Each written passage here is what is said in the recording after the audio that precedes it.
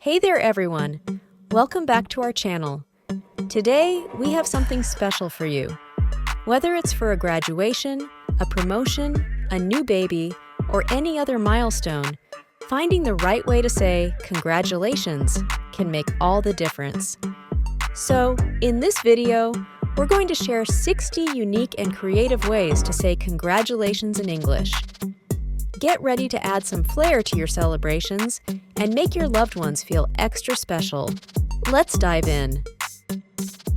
A standing ovation for you. Today we celebrate you. A toast in your honor. Way to go. Best of luck to you in the future. Way to shine. Congratulations are in order! We are so inspired by you. Great things come from great people. We knew you could do it. I always knew that good things would come your way. Wishing you all the best in your new adventure. I commend you. Words can't express how proud I am. I couldn't be happier for you. You amaze me. I have so much pride in my heart for you right now. You deserve a pat on the back. You deserve it. I knew you could do it. You did that very well. I think you are pretty great. I'm excited for you. I'm happy for you. I'm impressed. I'm proud of you. I'm thrilled for you.